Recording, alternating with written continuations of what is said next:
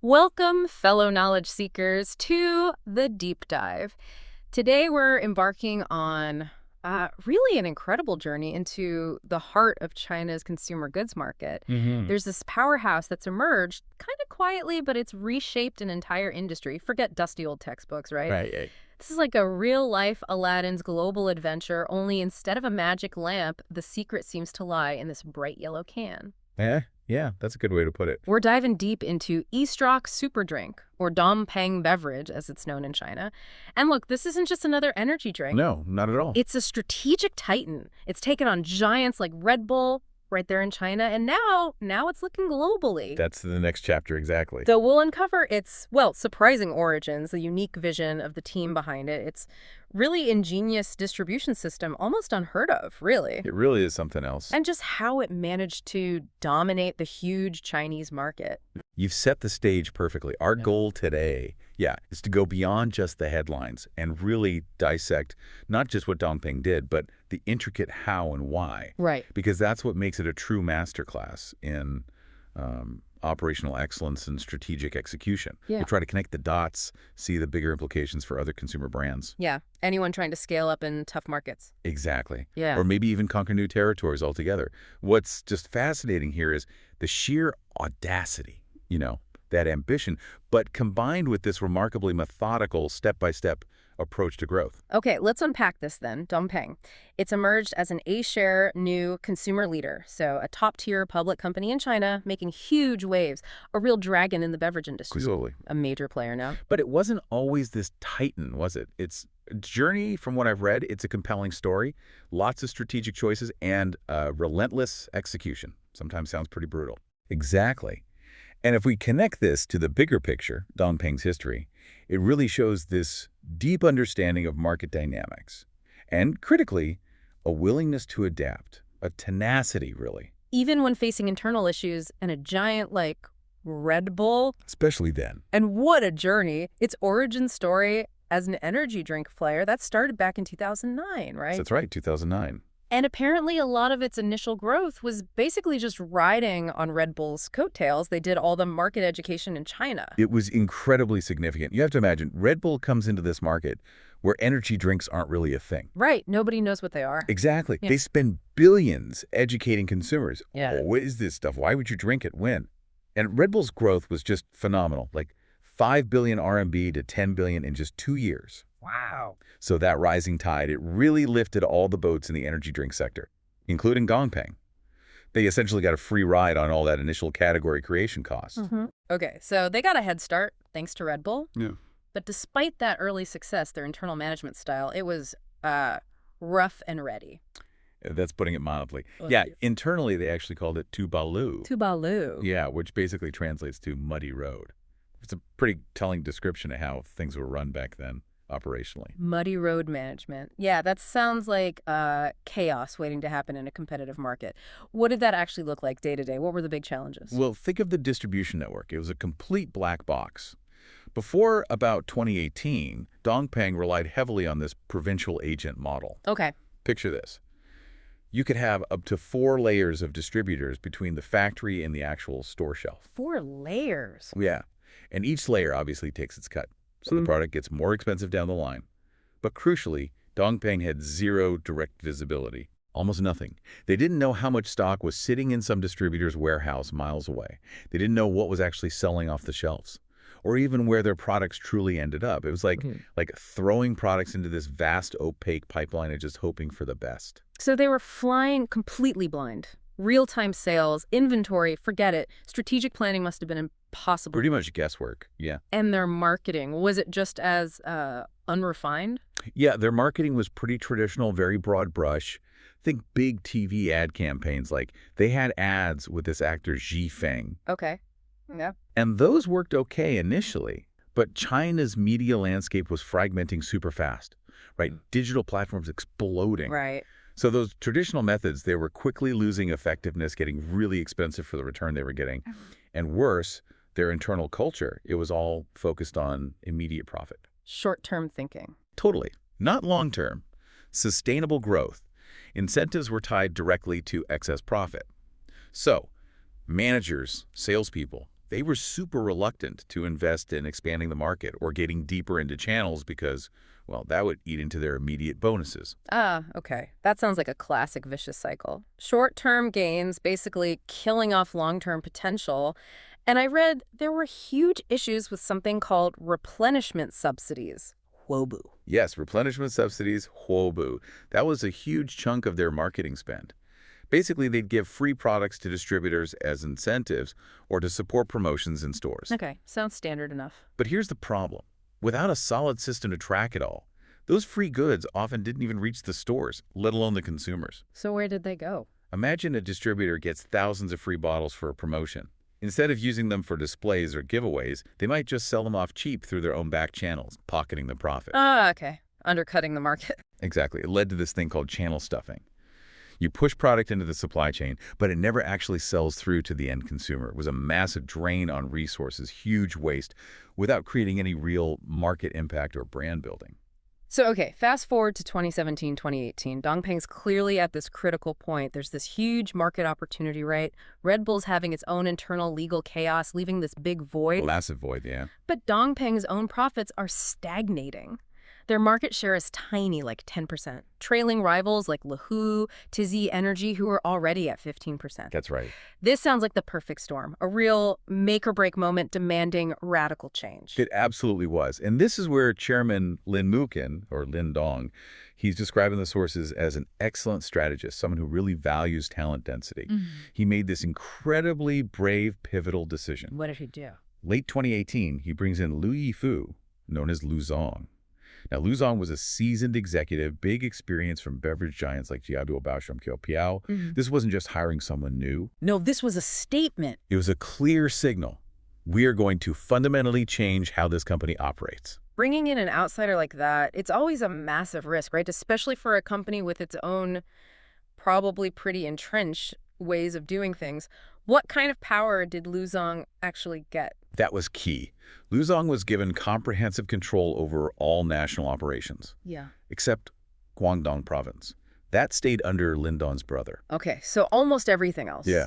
And this level of trust, this empowerment from Lin Dong, it was absolutely instrumental. It meant Lu Zong could actually implement his vision without getting bogged down by internal resistance from the very top. Makes sense. And then he introduced what quickly became known internally as his 6 magic weapons. 6 magic weapons. Okay, now we're talking. Sounds like a battle plan. Let's dig into these. This is where the operational masterclass really starts, isn't it? What was weapon number 1? First weapon, a flattened distribution system. Lu Zong just completely dismantled that old multi-layered provincial agent model. Gone. Just like that. Pretty much.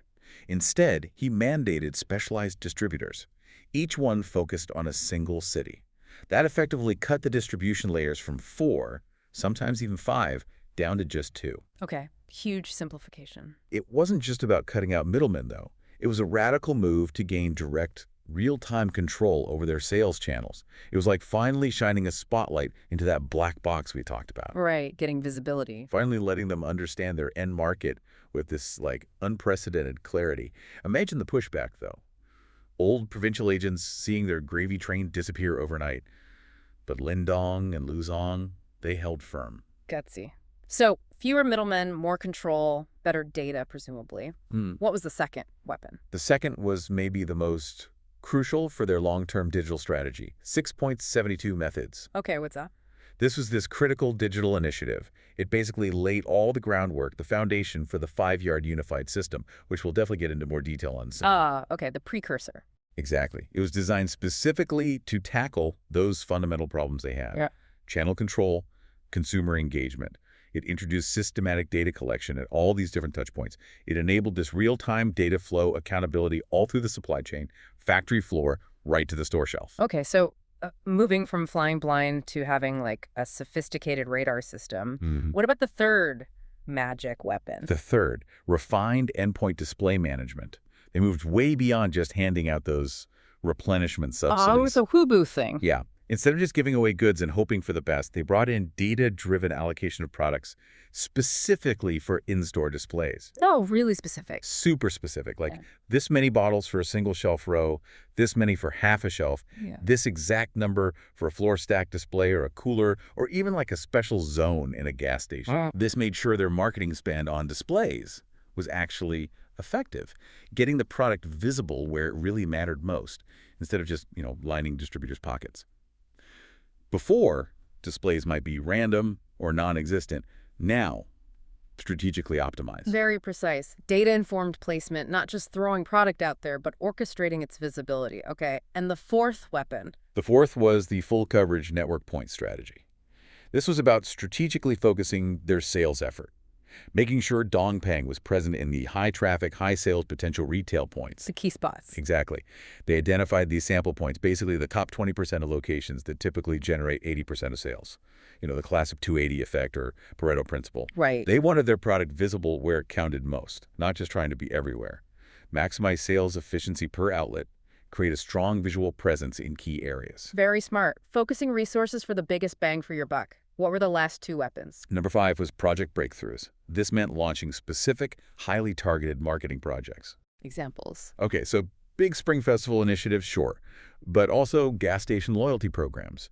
And even these, now kind of famous, bathhouse projects up in Northeast China. Bathhouse projects. Seriously? Yeah, but these weren't just random campaigns. They were meticulously data-tracked for ROI. Every penny spent had to generate a measurable return. The bathhouse project, for instance, it targeted an environment where people are often tired, thirsty after, physical activity. Perfect moment for an energy drink. Clever. Okay, and the sixth. You said it was maybe the most impactful culturally. Yes.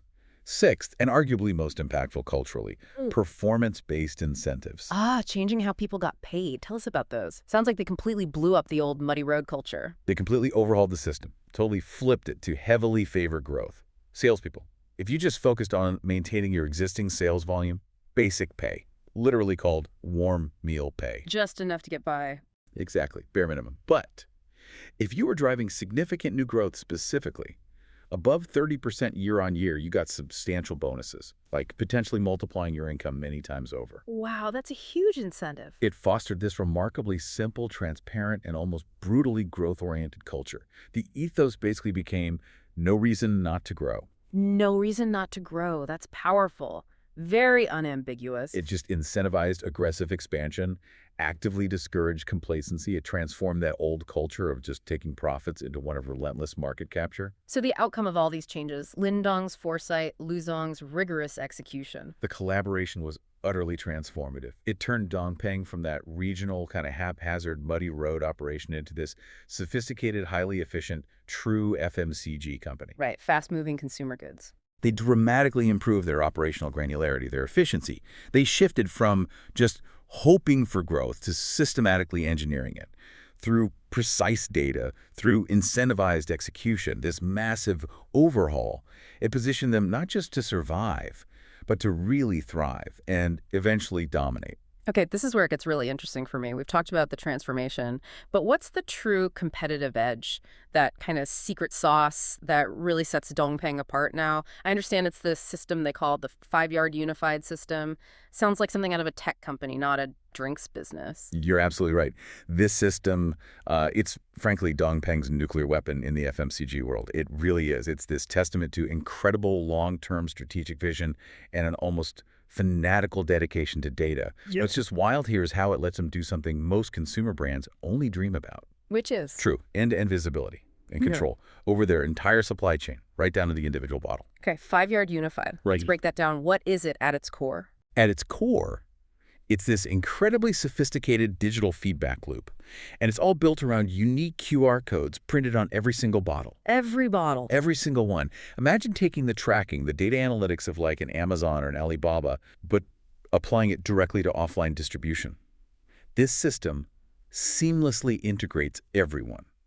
The consumer, the store owner, the distributor, even the factory itself. Creates this transparent, interconnected network. So every bottle is basically a moving data point, tracked through its whole journey. How does that work? What are these 5 yards or codes? Exactly. The 5 codes track the journey precisely, cradle to grave almost. First, factory out code, tracks goods leaving the factory. Second, distributor in code, tracks them arriving at the distributor. Third, distributor out code, tracks them leaving the distributor for the retailer. Fourth, retailer in code, tracks goods arriving at the store, confirms their inventory. And then the fifth, the most critical one, the consumer scan code. It's under the bottle cap. Consumers scan it for reward. Ah, the consumer scan. That completes the loop. That's the linchpin. Completes the data loop directly from the ultimate end user. The consumer scan code. That's truly fascinating. How on earth do they get consumers to actually do that? Scan every bottle. I can't imagine that was easy. And what data does it give them? This is where their strategic patience, their incredible consistency really shines. Dongpeng didn't just launch this overnight. They spent a full decade cultivating this scanning habit. 10 years. Wow. 10 years. And they've achieved an astounding 80% scan rate. 80%. 80%.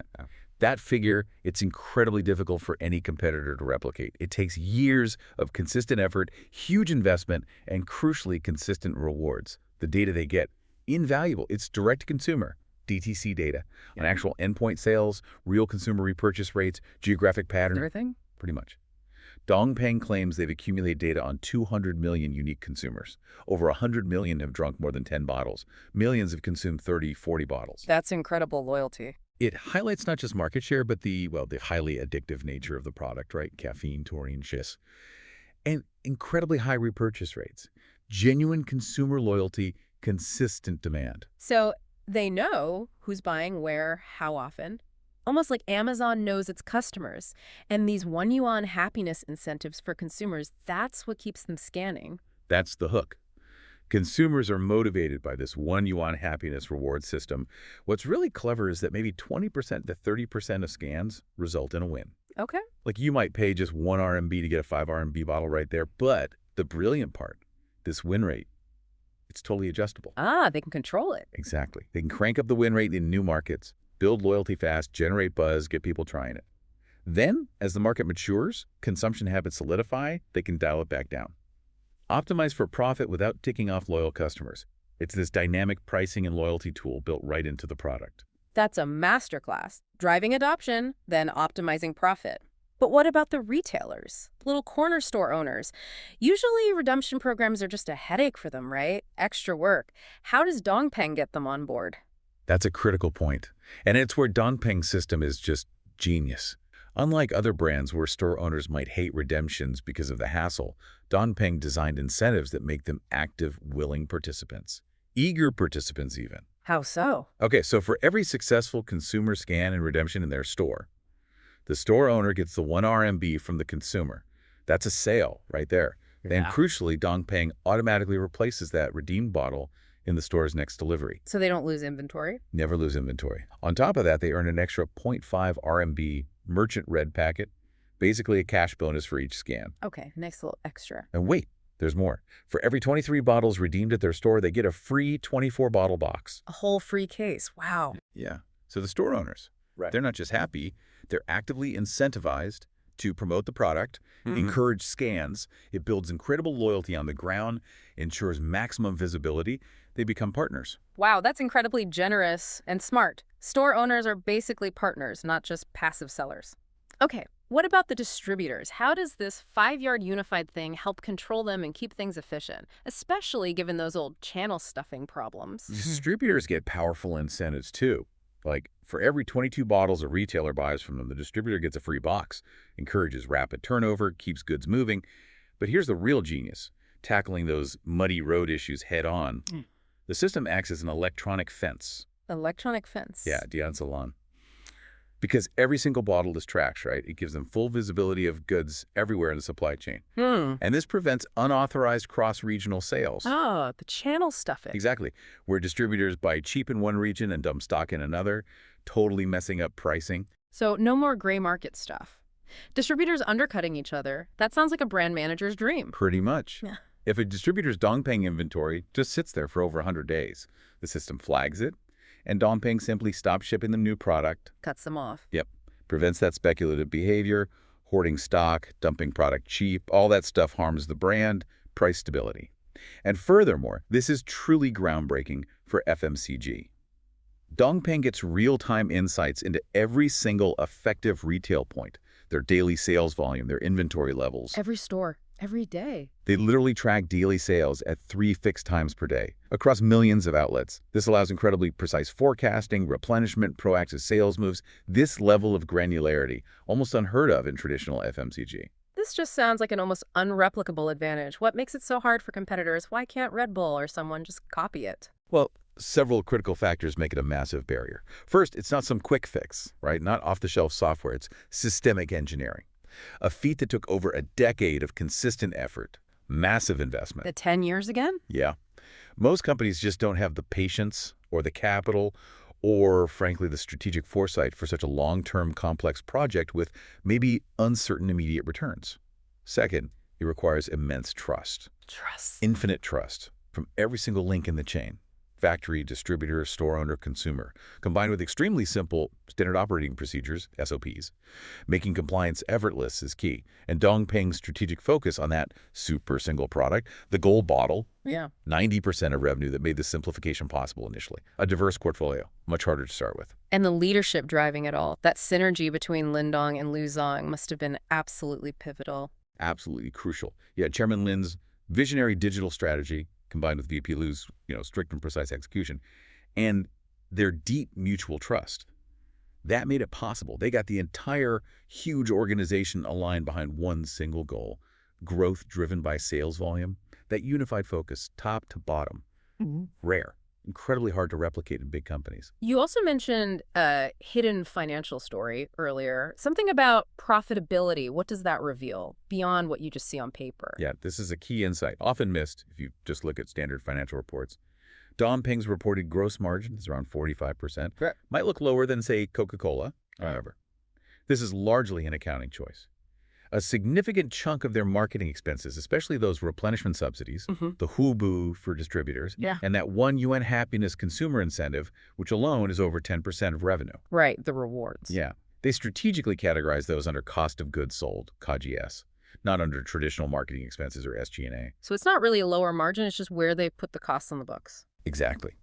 If you mentally reclassify those costs over to marketing expenses, Dongpeng's true gross margin would easily exceed 60%, putting it right up there with, or even above, many big established beverage giants. Wow, okay. This accounting strategy, it just reflects their high growth phase. They're aggressively investing directly in driving sales volume, getting deep channel penetration. That's the priority. Other established companies often lower reported marketing spend because they're in a more stable, mature phase. Yeah. But the real genius, the 5-yard unified system, lets Dongpeng precisely measure the ROI on these huge hidden marketing investments. But now it's working. They know it's genuinely driving growth, not just getting absorbed or pocketed by middlemen like in the old muddy road days.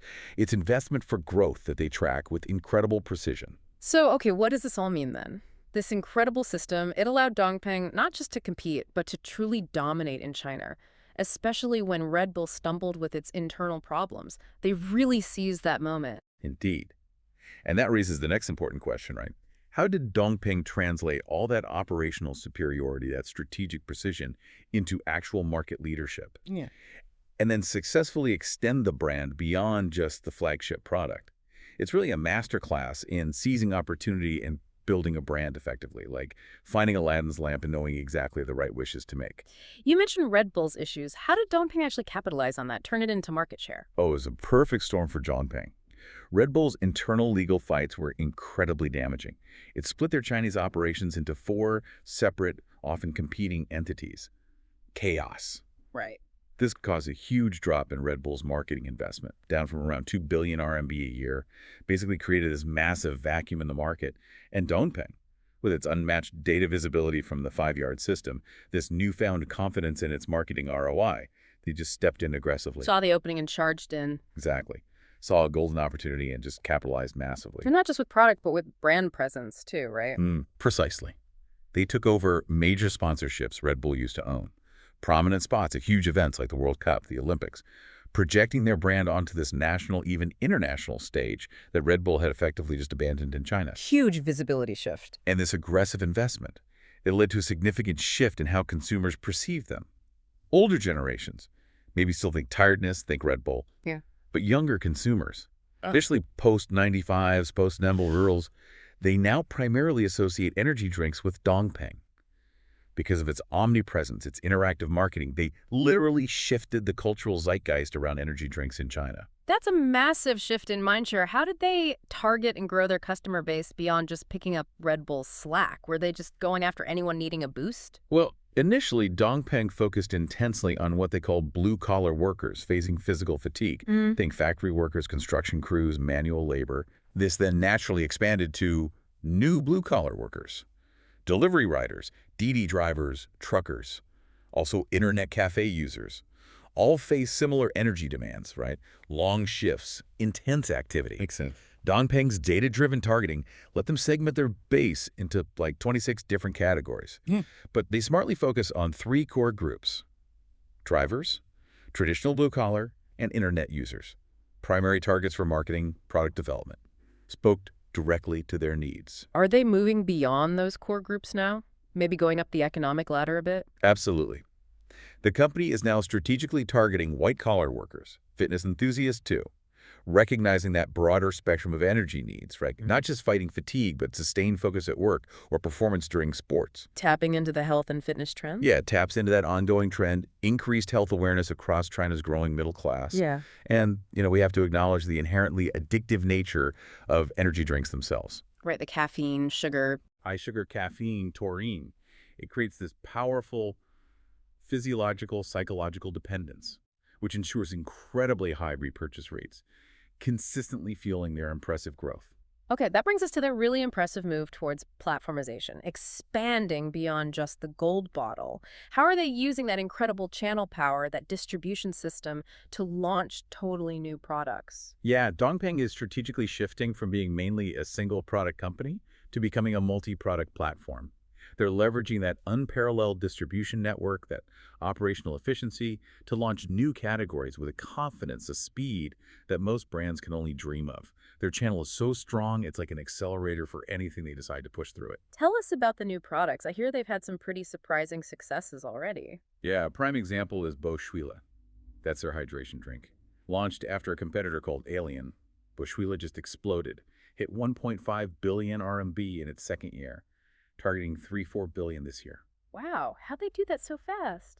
Dongpeng's advantages are just clear. Stronger, more efficient supply chain, like 9 or 10 factories cutting costs. More competitive pricing, 4-5 RMB versus Alien's 6-7. Slightly bigger bottle, 550 milliliters.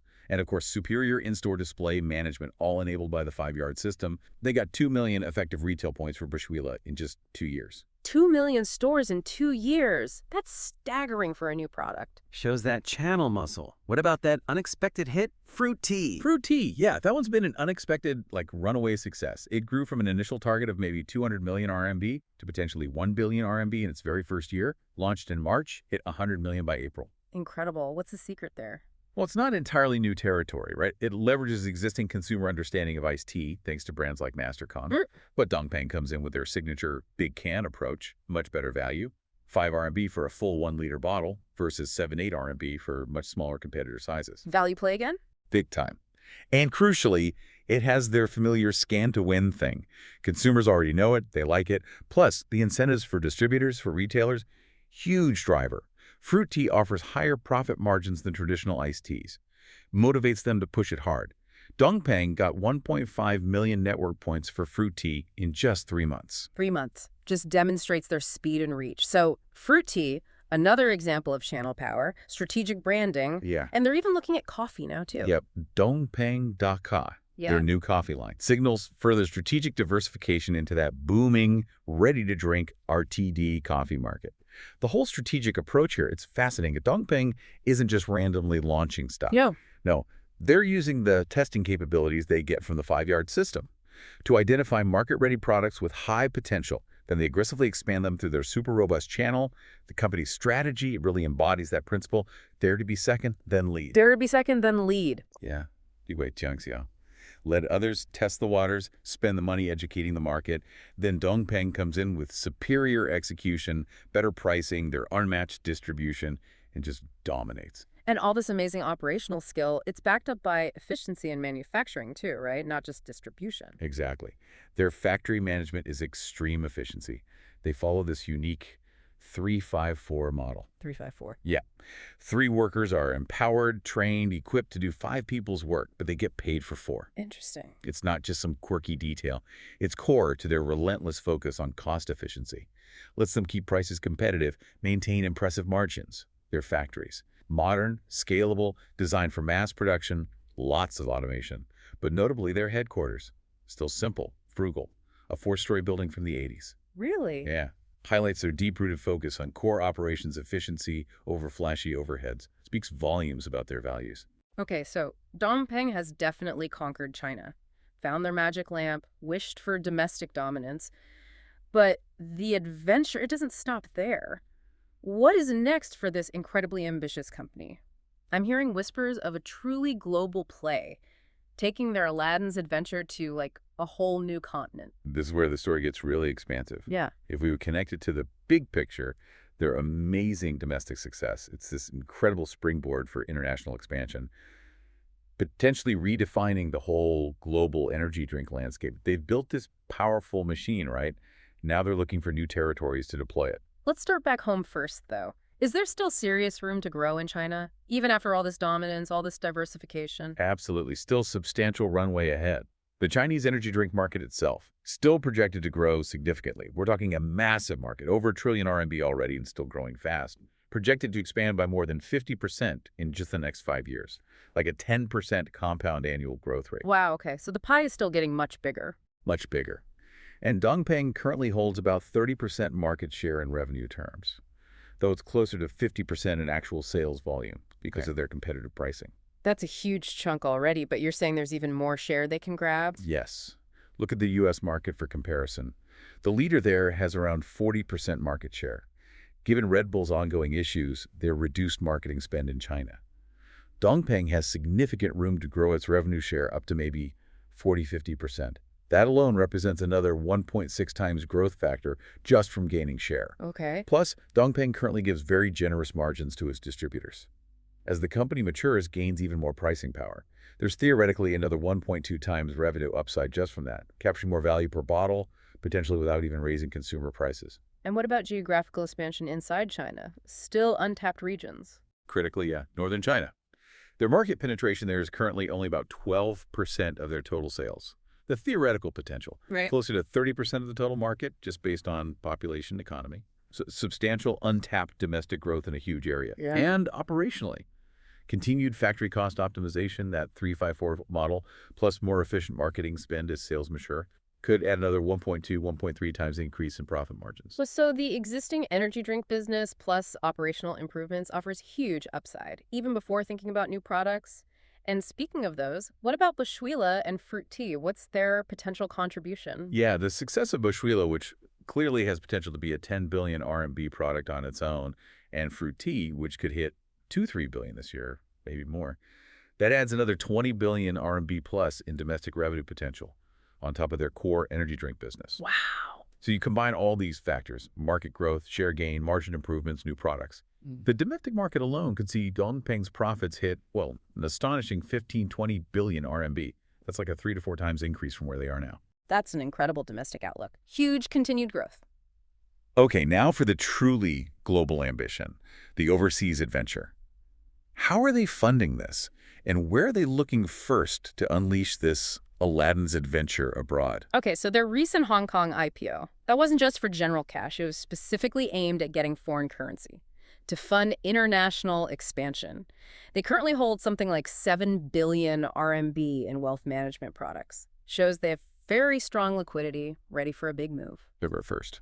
Their initial focus seems to be Southeast Asia. They strategically see it as this hidden gem, ripe for their business model. Why Southeast Asia? What's so attractive there for them? Several really compelling reasons. Countries like Vietnam, Thailand, Cambodia, their per capita energy drink consumption is like 3–4 times higher than China's. Really? Driven by year-round warm climates and a high prevalence of physical labor farming construction. Energy drinks become almost a daily necessity for many just to maintain energy, fight fatigue, this consumption pattern. It's actually very similar to their stronghold in Guangdong province, where they first took off. Familiar territory in terms of consumer behavior. Exactly. Plus, Southeast Asia has a combined population similar to China's, high GDP growth rates. It's a massive, expanding market where their existing blueprint focus on blue-collar segments offer great value for money. It's perfectly suited. They're already setting up factories, like in Indonesia, localizing production, supply chains, critical for cost, speed to market. This market could potentially replicate China's domestic success within maybe 3 to 5 years. That's incredibly ambitious, but potentially achievable given their track record. Yeah. Okay, that's a powerful springboard. But the ultimate prize, right? The real next level for a global beverage giant, that has to be North America. Indeed. The U.S. market for energy drinks, Yeah. dominated by Red Bull, Monster, it's immense, over $10 billion a year. Huge market. Tough competition. Very tough. But Dongpeng, they view Red Bull as, quote, a defeated general in China because of how they won that battle. They've noted Monster's slowing growth. They firmly believe their competitive strategies, their operational rigor, especially cost efficiency, their ability to understand and penetrate retail channels can effectively challenge these incumbents. They think they can win there too. They're reportedly considering factory investments in North America. That signals serious intent to enter this very competitive but very lucrative market. It's part of this broader, ambitious global vision. Dongpeng has set internal KPIs for its executives. Achieve exports to 20-30 countries, gradually test, establish successful models before a full-scale push. So Dongpeng isn't just building a beverage empire, it's kind of becoming a blueprint, right? For other Chinese brands looking to go global, showing how operational excellence, that data-driven approach, can translate across borders, like a true Aladdin's global adventure. Precisely. If they succeed in these ambitious international ventures, this could unlock a valuation potentially comparable to Monster's current, $60 billion market cap? It just shows the true scale of their ambition, the immense value baked into their unique operational model, their relentless focus on growth. It's a testament to how meticulous execution can beat even the toughest competition. This has been an incredible deep dive into Dongpeng's success, its ambitions. They've clearly mastered so much. But, no journey, no matter how successful, is without its bumps, its challenges. What are the key risks this powerhouse faces as it looks to the future, to this global expansion? Yeah, that's an important question, because while the opportunities look immense, sustained growth at this kind of scale, it requires constant vigilance. Understanding the potential pitfalls is crucial for any long-term view, because even the best systems are still run by people, right? Absolutely. So what are the primary risks you see? Things that could potentially slow down or hinder this remarkable trajectory? Well, number one has to be leadership succession. Chairman Lin is 60. Lu Zong has been the driving force for years now. Can the existing team, or a future leadership team, maintain this incredibly demanding, no reason not to grow ethos? This high-speed, precise execution? For another decade, that rigorous, growth-obsessed culture needs to be deeply embedded, transferable across leadership generations. That's a big ask. Yeah, maintaining that intensity. What else? Secondly, talent retention and motivation. This is a big one. Dongpeng has been very generous with executive pay, with equity, meaning many senior managers. They're already financially independent, set for life, basically. Right. So maintaining their drive, their entrepreneurial spirit, their willingness to keep pushing relentlessly for growth in these super demanding roles, that's going to be a continuous challenge. It's hard to stay hungry when you're already full. Yeah. Keeping top talent motivated, innovative, even when they're financially secure, that's a universal challenge for successful companies. It sounds like the human element is just as critical as the amazing systems they've built. What about external competition, especially as they move into new product categories, new global markets? Yeah, well, Dongpeng definitely gained huge ground against Red Bull. The competitive landscape is always dynamic. It never stands still. New players could emerge, maybe with innovative products, different business models, or even revived rivals could come back stronger. That requires constant innovation, constant adaptability from Dongpeng. Especially in new areas like hydration, tea, coffee. Exactly. As they expand into those categories, they'll face different sets of very established competitors. They'll need a more nuanced approach than just applying the energy drink blueprint everywhere. It's a market that rewards agility. They'll need to stay vigilant, stay nimble. It really highlights how even a company with such a formidable system, this sort of Aladdin's lamp of data, still faces these inherent human challenges, market challenges. As we wrap up this deep dive, I'm left with this really powerful idea about what truly sets Dongpeng apart. and maybe what other businesses can learn. Indeed. Dongpeng's journey, right? From that rough regional player to national leader, aspiring global contender. It highlights this fundamental principle. In today's age of just information overload, real competitive advantage doesn't just come from what you sell. It comes from how intimately you understand your customer, your channel, and how precisely you measure and then act on that understanding. Right. Dongpeng's 5-yard unified system, it's not just tech, it's a philosophy, a relentless pursuit of data to drive growth, drive efficiency, transforming every single interaction into actionable insight. That's their unique magic. So maybe a provocative thought for everyone listening. As you look at your own endeavors, your own business, consider what hidden data, what unexploited connections could become your nuclear weapon for growth, allowing you not just to compete, but maybe even to truly dominate. We've seen how a company can adapt, innovate, leverage these unique systems to create really significant competitive barriers.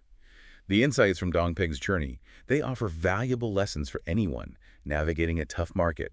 Doesn't matter the industry or the geography. Thanks for joining us on this deep exploration. And that concludes our deep dive into Eastroc Super Drink. We've explored its remarkable history, its truly groundbreaking 5-yard unified system, its strategic dominance in China, and its bold aspirations for global growth. It's just a compelling story of strategy, relentless execution, and the incredible power of data. If this deep dive sparked your curiosity, or maybe if you have insights into how other companies are pulling off similar feats, we'd love to hear from you. Until next time, keep digging for those nuggets of knowledge.